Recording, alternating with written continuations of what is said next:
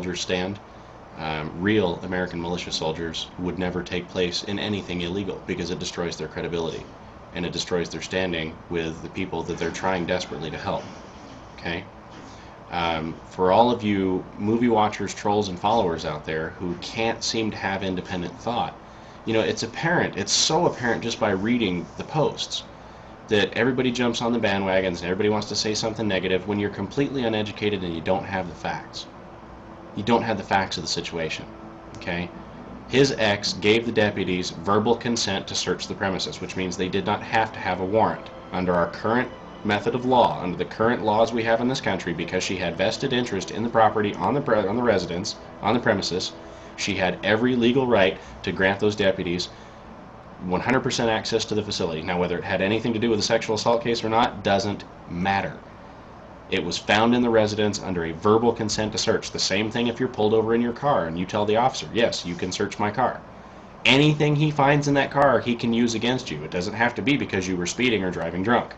If you were driving drunk and that's why he pulled you over and he finds a gun in your car with your consent, he's going to charge you with the gun if it's illegal in your state. Okay? That's the point that so many of you don't seem to get. A constitution is not carte blanche for anarchy. It is a basic framework for a system of law. Do you honestly, all of you people honestly think out there that our forefathers who tried to take us away from tyranny would support this kind of action? Yeah, let's steal weapons from the military. No, I'm afraid not. Most of the major patriotic leaders in this country, or several of them anyway, were dedicated career military men. General George Washington. You know, I'm here to tell you guys, you have taken so much of your time and so much of your trust and you have invested it in people that you don't know. And the thing I'm trying desperately to get you to understand is that all of these scenarios, End Times Watchman, General 10, July4patriot, all of these guys out there, they're all using the same tactics in warfare against you. The charisma, the fancy speech, the man, listen to me talk because I've got this great message, and oh man, the General 10 was a great guy, just listen to what he said. Well, if he had a crappy message, you wouldn't quite be so inclined to listen to him, now would you? For all of you guys who sit out here and trash me and everything and come onto my videos and leave all the nasty stuff and everything else there, you know, it never ceases to amaze me that in order for you guys to do this, you have to watch my videos. If you don't like me and you don't like what I have to say and you don't agree with my opinions, why are you wasting your time on my videos unless you personally are the real shills? Because you come out here to trash the credibility of somebody who's trying to spread the truth. See, here's the problem with your little game, is that not one time have you ever been able to break what I've said.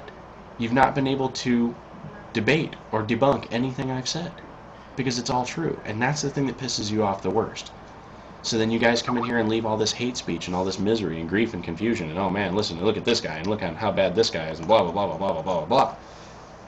Yet when I go to your channels, all you've done is repost other people's videos, make nasty comments. You don't even show your face. Everybody knows my name. Everybody knows my face. Because I'm not a coward. I don't hide behind the anonymity of the internet. I stand up in bold defiance of tyranny. And you know why they don't mess with me? Because I don't break the law. Everything I do is done 100% in accordance with the law. And that's why they don't mess with me. They also understand that I'm a law-abiding citizen. They're not going to waste their time coming to my house because they're not going to find anything, and they know it. I don't smoke anymore. I don't drink. You won't find alcohol in my house. You sure as hell won't find illicit drugs in my house. You damn sure as hell will not find illegal firearms in my house because I value my family, which is evidently something Mr. Dyer did not do. I'm not going to abandon my 10-month-old daughter to having her father in prison for being stupid and arrogant. I'm not going to abandon my beloved wife to raise our 10-month-old daughter without me for being stupid and arrogant. Mr. Dyer had been informed that he was in possession of no less than an illegal weapon.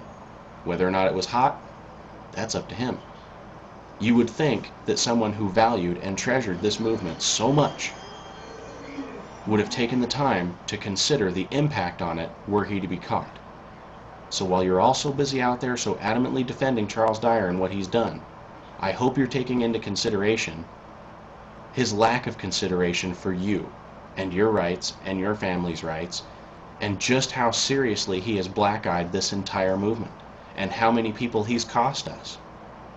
The allegations of child rape against him, for all of you guys out there to consider and just adamantly and irrevocably say, oh, well, that's fake, they faked it, they faked it all, they faked it all.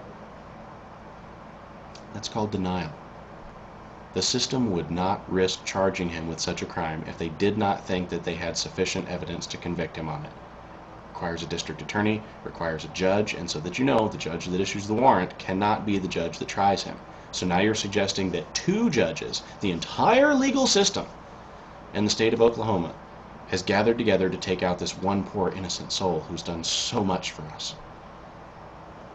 I'm at the point now where I fully believe that maybe there's an awful lot more credibility to the charges against the person.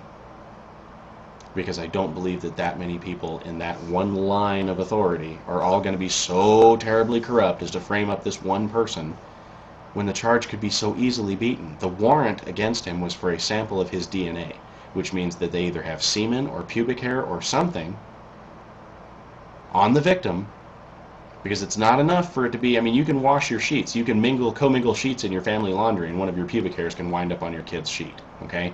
That's not enough to get the charges. Forcible rape of a minor and 2 counts of sodomy, which means that they have a deposition. They have something. They have enough to go on. And that's what you people don't seem to understand, is that they wouldn't risk blowing their credibility in the situation because of all of the people that know Dyer and would support him and would send their money to defend him. I wonder, how come you guys haven't started a July4patriot legal defense fund? Has he posted bail? What are the developments in this? Is anybody tracking this to find out where he is now? Because things were getting too hot for him, so they had to do the same thing they did for the General 10. They create a scenario to disappear him, and it's a weapons charge, so he's going away for at least 10 years, so you will all have forgotten about him by the time he was ever supposed to be released from jail. It's high time you guys get rid of this Hollywood, Red Dawn, movie-watching, fantasy life-living garbage and get down to some reality. The military is not going to attack you. The police are not going to attack you. Okay? The people I'm more worried about, the people that I am personally most worried about, are all of you people out there that were talking about how justified he was in having illegal weapons, because you people are the ones that are screwing it up for all of us. The ones who have strived our entire lives to live by the laws, to maintain our privileges, and whether you love him or hate him, Obama's administration has not passed one single anti-gun law yet. I can't stand the man. I wouldn't piss on him if he was on fire. But the simple fact of the matter is that his administration has not passed one single anti-gun law yet. You keep talking about H.R. 45. Bobby Rush introduced H.R. 45 to the Senate in 2001. It's been sitting in committee with no backers, with no co-presenters. It's not going anywhere. It's 10 years old. It's Bush-era stuff. You know, all of this godforsaken paranoia and misery and oh my god, and let's scare the crap out of each other and let's sit in our houses with piles of guns on top of piles of MREs. People, you're giving them exactly what they want. You are living in fear from the fear-mongerers who are pushing you down, and they're using your most sensitive area to do it, your patriotism, and they're using extremely charismatic individuals who know exactly where your backs need to be scratched, know exactly what to say, to get you to expose yourselves, so that all of these dozens of people who have come out on this last video that I put out, I believe he should have an illegal gun, I support him for having an illegal gun, I'll let him in my house, and you guys are worried about me being the agent and the shill, and you guys, do you realize what you've just done? Because I'm openly admitting that he told me about it? Do you realize what you're openly admitting by saying that you support him? And you think they're going to come to my door? Okay.